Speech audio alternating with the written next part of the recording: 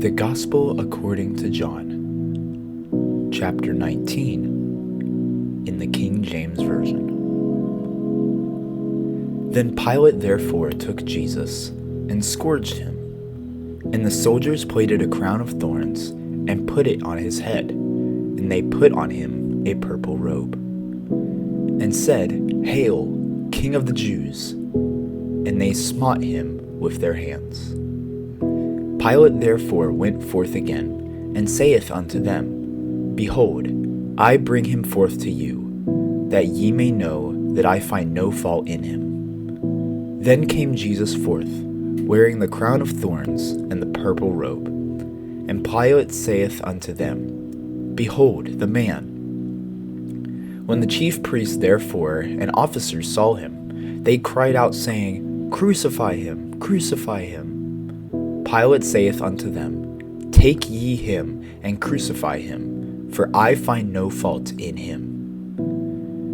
The Jews answered him, We have a law, and by our law he ought to die, because he made himself the Son of God. When Pilate therefore heard that saying, he was the more afraid, and went again into the judgment hall, and saith unto Jesus, Whence art thou? But Jesus gave him no answer.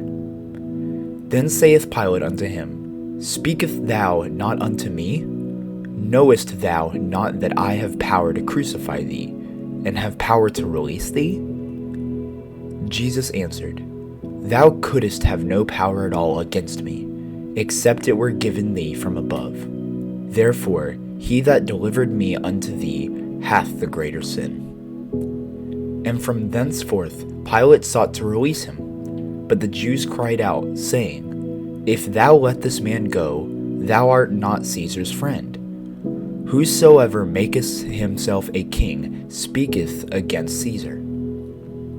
When Pilate therefore heard that saying, he brought Jesus forth, and sat down in the judgment seat, in a place that is called the Pavement, but in the Hebrew, Gabbatha.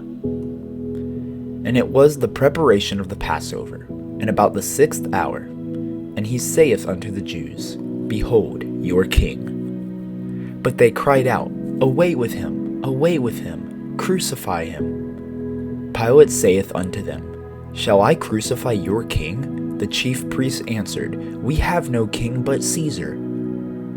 Then delivered he him, therefore, unto them to be crucified.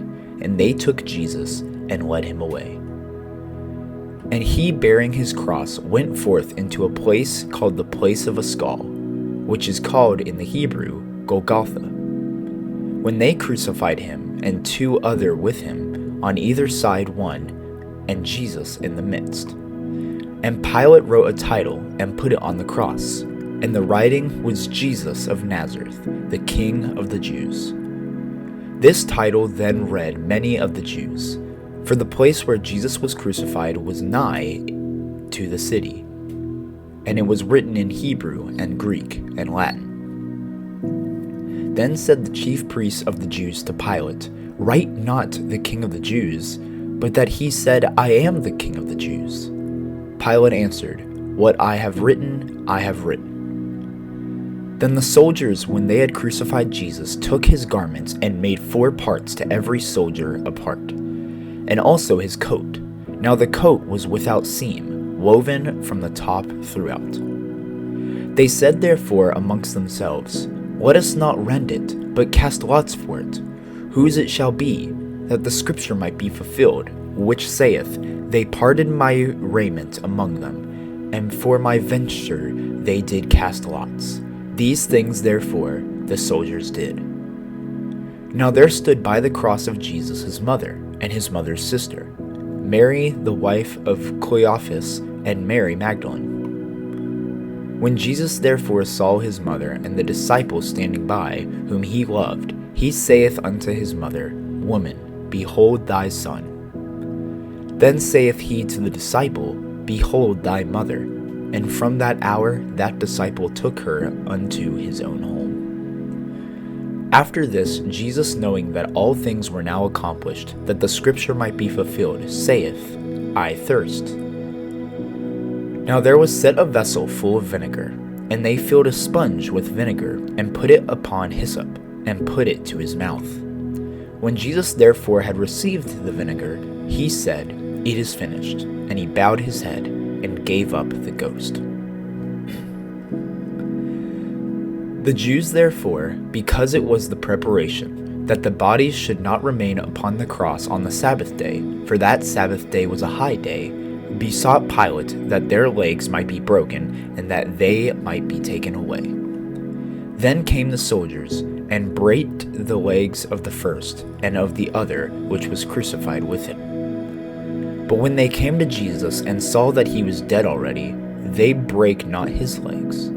But one of the soldiers with a spear pierced his side, and forthwith came there out blood and water. And he that saw it bare record, and his record is true, and he knoweth that he saith true, that ye might believe. For these things were done, that the scripture should be fulfilled, a bone of him shall not be broken. And again another scripture saith, they shall look on him whom they pierced. And after this, Joseph of Arimathea, being a disciple of Jesus, but secretly for fear of the Jews, besought Pilate that he might take away the body of Jesus, and Pilate gave him leave. He came therefore and took the body of Jesus. And there came also Nicodemus, which at the first came to Jesus by night, and brought a mixture of myrrh and aloes, about 100 pound weight.